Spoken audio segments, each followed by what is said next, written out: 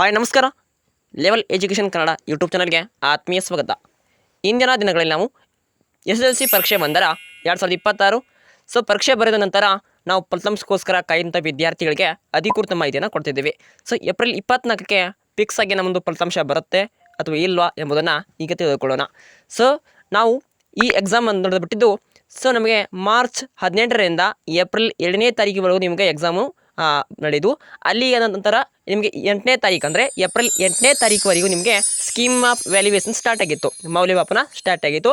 ಅದು ಪ್ರೊಸೆಸಿಂಗ್ ಆಗಬೇಕಂದ್ರೆ 20 ದಿನಗಳನ್ನು ಮುಗಿಸಬೇಕಾಗತ್ತೆ. ಅಂದರೆ ಎಲ್ಲ ಪರೀಕ್ಷೆ ಪೇಪರ್ಗಳನ್ನು ಕರೆಕ್ಷನ್ ಆಗಿ ಮೌಲ್ಯಮಾಪನ ಆಗಿ ಅವುಗಳನ್ನ ಅಂಕಗಳನ್ನು ಸಿಸ್ಟಮ್ ಮೂಲಕ ಅಪ್ಡೇಟ್ ಮಾಡಬೇಕಾಗತ್ತೆ. ಹಾಗೆ ಇವ್ಯಾಲ್ಯೂಯೇಟರ್ ಎಲ್ಲ ಕೂಡ ಪ್ರೊಸೆಸಿಂಗ್ ಆದ ನಂತರ ಕೆಲವೇ ದಿನಗಳಲ್ಲಿ ಸಿಸ್ಟಮ್ ಮೂಲಕ ಮಾರ್ಕರ್ಸ್ಗಳನ್ನು ಎಂಟ್ರಿ ಮಾಡ್ತಾರೆ. ಅದು ತೆಗೆದುಕೊಂಡ ನಂತರ ನೀವು ಈಸಿಯಾಗಿ ಅಂದರೆ ಏಪ್ರಿಲ್ 24 ಅಥವಾ 25ಕ್ಕೆ ಕನ್ಫರ್ಮ್ ಡೇಟ್ ಆಗಿ ನಿಮ್ಮ ಒಂದು ಫಲಿತಾಂಶವನ್ನು ಅಧಿಕೃತವಾಗಿ ಕರ್ನಾಟಕ ಶಾಲಾ ಪರೀಕ್ಷೆ ಮತ್ತು ಮೌಲ್ಯ ಮಂಡಳಿಯವರು ಅಧಿಕೃತ ಜಾಲತಾಣದ ಮೂಲಕ ಪ್ರಕಟಿಸ್ಪಡ್ತಾರೆ. ಅದಕ್ಕೆ ನಂತರ ಯಾವ ರೀತಿ ಚೆಕ್ ಮಾಡ್ಕೊಳ್ಳೋದು, ಬನ್ನಿ ಎಲ್ಲ ವಿದ್ಯಾರ್ಥಿಗಳು ಹೋಮ್ ಪೇಜಿಗೆ ಹೋಗೋಣ. KCCB ಅವರು ಕೊಟ್ಟಿರುವಂಥ ಅಧಿಕೃತ ಲಿಂಕಿಗೆ ಭೇಟಿ ಕೊಡೋಣ. ನೀವು ಗೂಗಲ್ ಮೂಲಕ ಅಥವಾ ಕ್ರೋಮ್ ಮೂಲಕ ಸರ್ಚ್ ಬಾಕ್ಸ್ನಲ್ಲಿ ಕರ್ ರಿಸಲ್ಟ್ ನಿಕ್ ಅಂತ ಸರ್ಚ್ ಮಾಡ್ಕೊಳ್ಳಿ. ಸರ್ಚ್ ಮಾಡಿದ ಕೂಡಲೇ ಕರ್ನಾಟಕ ಎಕ್ಸಾಮಿನೇಷನ್ಸ್ ರಿಸಲ್ಟ್ ಅಂತ ಬರುತ್ತೆ.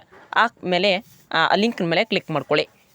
ಅಲ್ಲಿ ಅಧಿಕೃತವಾಗಿ ಪರೀಕ್ಷೆ ಬಂದರ PUCಯ ರಿಸಲ್ಟನ್ನು ಅನೌನ್ಸ್ಮೆಂಟ್ ಆಗೋದ್ರಿಂದ ಅದನ್ನು ತಿಳಿಸ್ಕೊಡ್ತಿರುತ್ತೆ. ಆ ಲಿಂಕಲ್ಲಿ ನೀವು ನಿಮಗೆ ಅಲ್ಲಿ ಪಾಪಪ್ ಮಾಡ್ತಿರುವಂಥ PUC ಎಕ್ಸಾಮ್ ಮಾತ್ರ ಅವೈಲೇಬಲ್ ಇದೆ. ನಿಮ್ಮ ಒಂದು ಫಲಿತಾಂಶ ಯಾವಾಗ ಪ್ರಕಟ ಆಗುತ್ತೆ ನೋಡಿ, ಆ ಡೇಟಿಗೆ ಅವ್ರ ಸಿಸ್ಟಮ್ ಮೂಲಕ ನಿಮ್ಮ ಒಂದು SSLC ಪರೀಕ್ಷೆ ಬಂದರ ಫಲಿತಾಂಶವನ್ನು ಅಧಿಕೃತವಾಗಿ ಲಿಂಕ್ ನಿಮಗೆ ಸಿಗುತ್ತೆ. ಅದರ ಮೇಲೆ ಕ್ಲಿಕ್ ಮಾಡ್ಕೊಳ್ಳಿ. ಕ್ಲಿಕ್ ಮಾಡಿಬಿಟ್ಟು ನಿಮ್ಮೊಂದು ನೋಂದಣಿ ಸಂಖ್ಯೆ ಹಾಕಿಬಿಟ್ಟು ಡೇಟ್ ಆಫ್ ಬರ್ತನ್ನು ಹಾಕಿ ಕ್ಲಿಕ್ ಮಾಡಿದರೆ ನಿಮ್ಮ ಒಂದು ಫಲಿತಾಂಶವನ್ನು ನಿಮ್ಮ ಮುಂದೆ ಶೋ ಮಾಡುತ್ತೆ.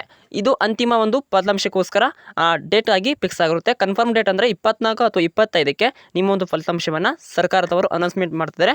ಅಧಿಕೃತವಾಗಿ KRRisultNick.com ಅಲ್ಲಿ ಭೇಟಿ ನೀಡಿ ವಿದ್ಯಾರ್ಥಿಗಳು ಅಥವಾ ಸ್ಕೂಲ್ ಎಕ್ಸಾಮಿನೇಷನ್ಸ್ ಅಂತ ಸರ್ಚ್ ಮಾಡಿದರೂ ಕೂಡ ನಿಮಗೆ ಆ ಲಿಂಕು ಕೂಡ ಸಿಗುತ್ತೆ.